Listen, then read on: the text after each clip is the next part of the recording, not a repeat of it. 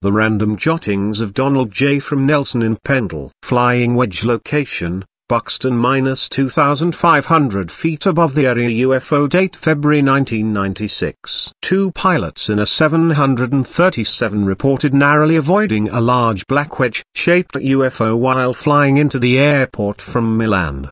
The object passed so close to the passenger aircraft that one of the pilots ducked. In the cold winter of February 1996, a quiet and serene night settled over the town of Buxton as the clock struck midnight. High above the sleepy little town, at an altitude of 2,500 feet, a commercial Boeing 737 was making its final approach to the local airport from Milan. The pilots, Captain Mark Andrews and First Officer Sarah Turner, were experienced and had flown this route countless times without any incidents. As the aircraft glided smoothly through the dark skies, the pilots exchanged a few casual words, enjoying the tranquility of the night. The passengers on board were mostly asleep, unaware of the extraordinary event that was about to unfold. Suddenly, an unusual blip appeared on the radar screen, causing both Captain Andrews and First Officer Turner to exchange puzzled glances.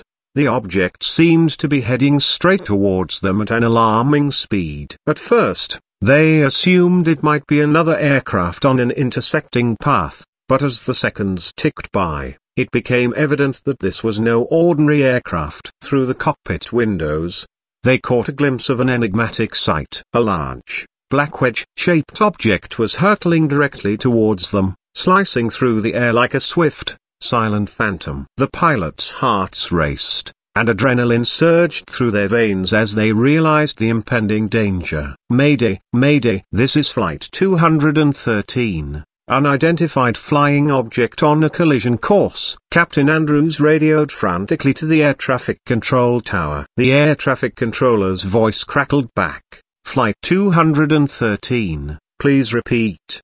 Did you say UFO? Yes. Affirmative. We have a large black wedge-shaped object approaching rapidly. We need immediate evasive action. Captain Andrews replied, trying to steady his voice. The massive wedge-shaped UFO came closer, closing the distance between itself and the Boeing 737. The pilots were astounded by the size and speed of the mysterious object, but they had no time to ponder its origin or intent. With nerves of steel, Captain Andrews skillfully maneuvered the plane into a sharp climb to avoid the potential collision. The passengers jolted awake, startled by the sudden ascent. As the UFO passed perilously close beneath their aircraft, the black wedge appeared to glide effortlessly through the night sky, defying the laws of physics as it sped away into the darkness. As the danger passed and the UFO disappeared from sight, the cockpit was filled with an eerie silence. Captain Andrews and First Officer Turner exchanged astonished looks,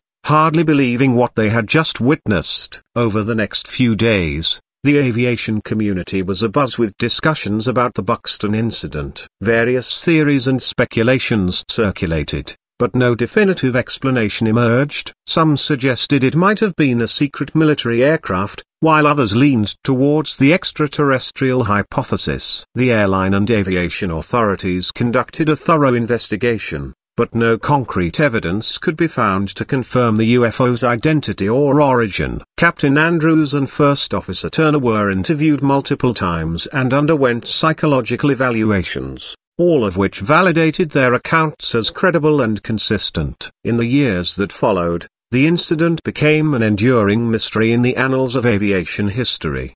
The Flying Wedge incident, as it came to be known, sparked countless debates among enthusiasts, conspiracy theorists, and skeptics alike.